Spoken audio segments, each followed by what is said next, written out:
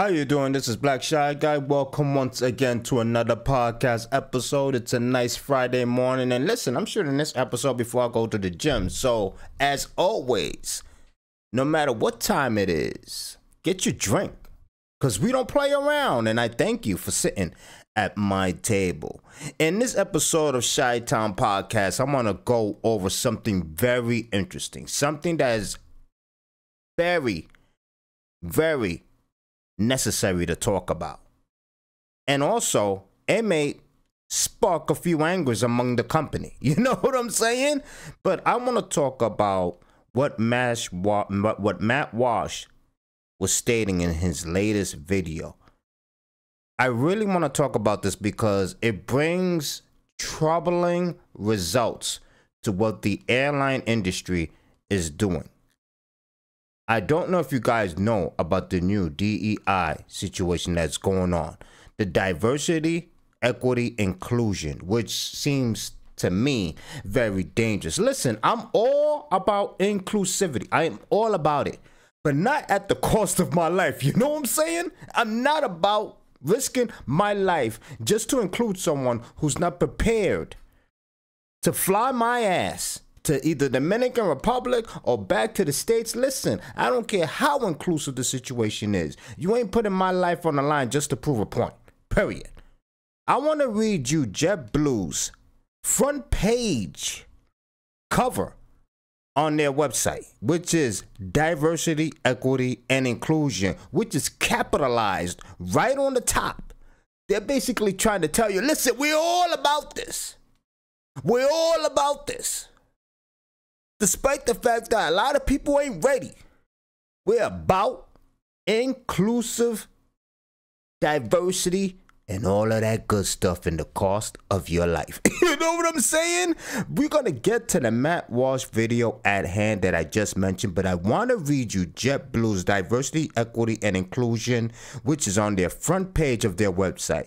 It states, born and based in Queens, New York, one of the most multicultural urban areas on earth, JetBlue is on a journey to reflect the communities we serve and society as a whole. We believe the identities, experiences, and perspectives of our crew members and customers are an invaluable asset and pilot our success. DEI at work. And under this capitalized title is obviously a majority of people on the cover, and obviously it's diverse. You know, you got a black, a Spanish, and I think another Spanish. I mean, they both look Spanish, but whatever the case may be, there's minorities in the below the cover of this title. Let's continue. Whether it's a corner office or a conference room, frontline or flight deck, we're creating an inclusive environment where all crew members can soar and see themselves in leadership positions. See, I have no problem with this. So far. We're going to get ahead. We're going to go ahead. I have no problem with it so far. But let's continue. We help crew members from a range of backgrounds become the best versions of themselves through a variety of development and growth programs. JetBlue Gateway's programs actively develop the next generation of pilots and tech ops maintenance technicians, helping anyone with the aptitude and passion for these skill jobs to find a path that's right for them. Listen, this is when I start getting a little iffy about this whole situation. When it comes to piloting and also maintenance technicians on these planes, because obviously a lot of situations has been risen after this program took place. A lot of accidents on planes lately, a lot of wheels falling off, a lot of, you know, engines failure up in the air where a pilot had to land with one half of a motor. Now it starts to get sketchy because who are you including in this program? People who are not even ready? People who are not even prepared? Listen, when I go up in that air, when I go 40,000 miles up in the air, I don't give two shits about this inclusivity program. I want somebody who could damn fly me freaking to my destination, fly me the fuck back home. That's what I want. And I'm not gonna lie. I'm not gonna lie. Call me whatever you want. I'd rather Maverick fly me home than hobo down the block. That's all I'm just saying. I'm just saying. You guys might be like, oh shit, no, he doesn't. No, he ain't just say that. Damn! No, he ain't just say that. Listen, I don't want anybody who hasn't had a good amount of experience flying me anywhere. Especially someone who just got by because of this DEI program that they're trying to push. Absolutely not. You guys are good with that, then you guys jump on that plane. You guys jump on that plane if you guys are good with that. But me, I'm not good with that. Get my ass Maverick on that pilot seat. Then I'll be going freaking up in the air. Because consider me Top Gun at that point. You know what I'm saying? You guys want to fly with the hobo? Go ahead. Go ahead. Safe journeys. You know what I mean? But let's continue. The JetBlue Scholars Programs breaks down barriers for education, offering a more affordable and accessible path for both full and part-time crew members to get college degrees. In 2022 alone, we helped 76 crew members earn associate and bachelor's degrees, and 9 crew members gained their master's degrees. And we've saved crew members $11.1 million in combined tuition costs since the program began. The average age of JetBlue scholars is 39 years old, and 69% of identify as women. I mean, why you had to include that? They're really pushing this agenda. But as you may know, you obviously get the point. But there's one in particular spot of this section that I really want you to focus on. We also believe in creating spaces where crew members can bring their whole selves to work. This is when it gets spicy. In 2021, we degenerated our frontline uniform, hair, and makeup policies to be more inclusive of our LGBTQ+. Transgender, non-binary, gender non-conforming, and BIPOC, Black, indigenous, and people of color. Crew members as well as age, body type, and some religious groups. Oh boy. The DEI program is getting spicy. Let's continue now with what Matt Walsh uncovered during this whole scenario that includes the DEI program, which was very interesting. I really enjoyed this video. If you don't know who Matt Walsh is, he's a very interesting individual on YouTube who's a voice for the right wing usually, and he works alongside Ben Shapiro, Candace Owens, and etc. Very interesting individual, very fun to listen to. Take a listen to what he has discovered when it came to the DEI program and what was unveiled to him concerning the DEI program. Let's continue. If you've listened to this show regularly over the past few months, you know that I've done a couple of monologues on the aviation industry. The frequency of near disasters in the sky has increased dramatically in recent years, and as I've noted, the increase began around the same time that the Obama administration began a concerted effort to diversify the FAA, including air traffic control. Diversify. Remember, diversify by whatever means necessary, which is your life, up in the air at 40,000 feet. Like I said, I'm not getting in no plane that Maverick is not on. You heard me? Now, according to a NASA database, which tracks self-reported data from pilots, we now average roughly 5 near misses per week, more than double the number from a decade ago. And that's not even getting into the obvious maintenance issues that have been, popping up, including doors and wheels that have been flying off of planes mid-flight. Now, given how terrible all of this looks from the outside, I wanted to get a better idea of what's happening internally at the FAA and major airlines in this country.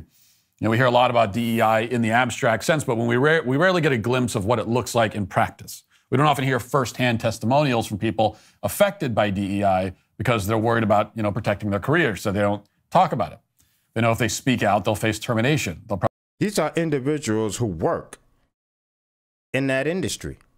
They have a problem with it because they're witnessing individuals who are passing this program for the simple fact that they're just trying to push diversity in the employment of pilots, maintenance, engine workers, etc. All they're trying to do is push diversity. They don't care about the amount of skills you have, as long as you have enough to get by. And when you're on a plane at 400,000 feet up in the air, you don't want somebody who just passed by the skin of their teeth. You want somebody who is efficient at their job. Forget the sympathy bullshit for the simple fact that you're trying to push this DEI program. I don't want that. I want to feel safe up in the air. So when you walk in and you take a look at your pilot, I know many of you who went to the airport and is about to board your plane, sometimes you get a glimpse of your pilot.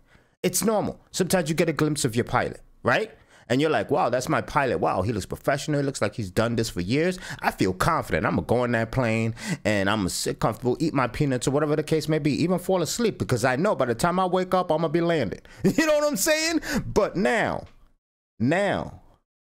when you get on that plane and you see your pilot, I'm not gonna lie, I'm a judge too. If I see someone like Snoop Doggy Dogg in a pilot freaking suit and he's walking by me, I mean, say what you want. Listen. I do make freaking occasional judgments on people that can seem rather judgmental, but I'm human, right? If I see someone like Snoop Doggy Dogg on a pilot seat, I'ma think like he got by with the DEI program, and I'm gonna be like, hold up. Stewardess, I'm getting off this plane. Is there a next one in a few hours? Yes, there's the next one in a few hours. Who driving? Well, I seen somebody who had black hair, glasses, beautiful smile. I think he's gonna be your pilot. You know what? Sounds like he Maverick. I'm gonna be on that freaking plane. I'm getting off. Get my bags off.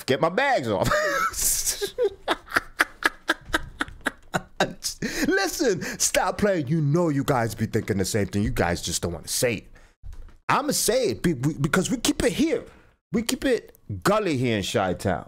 We keep it gully here in Chi-Town. We stick with the truth. I'm telling you, I'm all about my safety and my family's safety. So this DEI program is going to put a lot of doubts in a lot of people. When you take a glimpse of your pilot, you're going to wonder, did he get by by that program? Did he get by for the simple fact that they're trying to push diversity, despite the talent or skills that that individual may have? It could be lacking. Despite that, though, they allowed him by. Hey, I'm just saying out loud what you guys are thinking, and I'm here to say it for you. Let's continue. Probably be blackballed from the industry forever. But with social media, some level of anonymity is possible. So to take a closer look at how far this DEI rot has spread, I tweeted this. If you're an airline pilot and have firsthand knowledge about the DEI agenda being forced into your profession, send me a DM and tell me about your experiences. Curious, yet terrified to see how bad it is at this point. Now, I sent that out a couple weeks ago. To say that my inbox was completely flooded would be an understatement. I received... Wow, the fact that his inbox was flooded, and like he said, is an understatement. He could be lying. You know what I mean? He could be lying just to push this story, just to push it through and make it sound way more dramatic than it already is. But what he uncovered, let's continue, is very interesting. Too many DMs to count from pilots and other professionals in the aviation industry. Virtually every message that I read told me the same thing, that the ideology of diversity, equity, and inclusion is the top priority in their workplaces. It goes without saying, but this is an industry where one mistake can kill hundreds or even thousands of people. Exactly, and they don't care about that because the top priority is the DEI program. That is the top priority. So if the person is lacking in skill in certain areas, they're going to be like, well, you can learn on the job. You can learn on the job. We're going to pass you because we need to push this agenda. Are you kidding me? And that's why a lot of situations when it comes to engine failure, wheels falling off the planes, and obviously dramatic failures up in the air are coming into fruition because of this DEI program. Let's continue. This is not comparable to DEI departments in universities or corporate America, as destructive and wasteful as those departments are.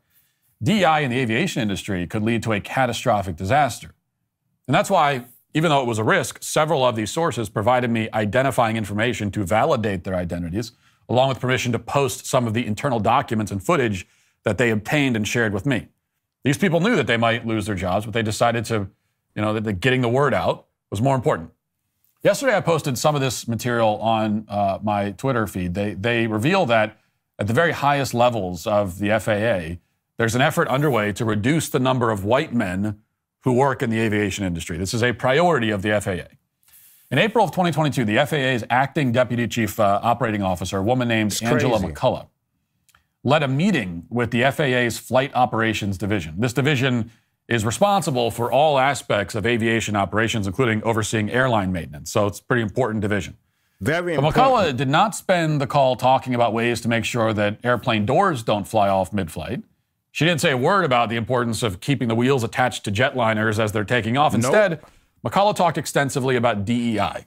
As you'll see, she was prompted to do so by a man named Will Riggins, who's the FAA's vice president of flight program operations. And if that name does sound familiar to you at all, it's probably because Riggins is the same guy who conspired to find ways to hide Pete Buttigieg's spending on government aircraft. So we've seen him in.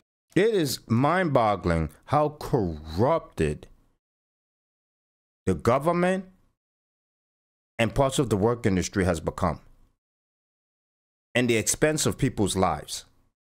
It is mind-boggling how agenda, above all, is the main priority.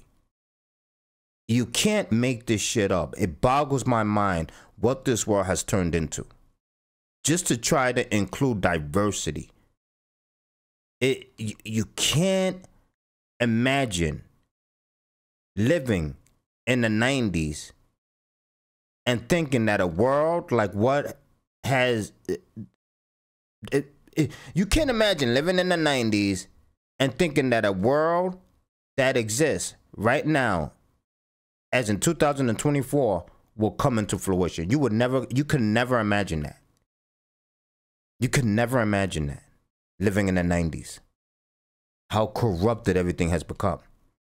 And maybe things were partially corrupted back then because obviously government and businesses didn't get this much exposure.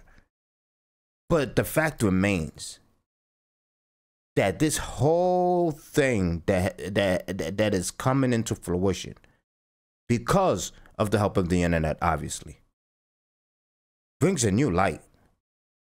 Brings a new light.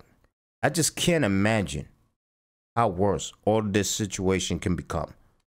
Let's continue. In the news before for all the wrong reasons. And then this, we know, means that this is a completely corrupt group of bureaucrats who have come around and assembled here to talk about the problems of white men in aviation. And here's a little bit of that. Watch.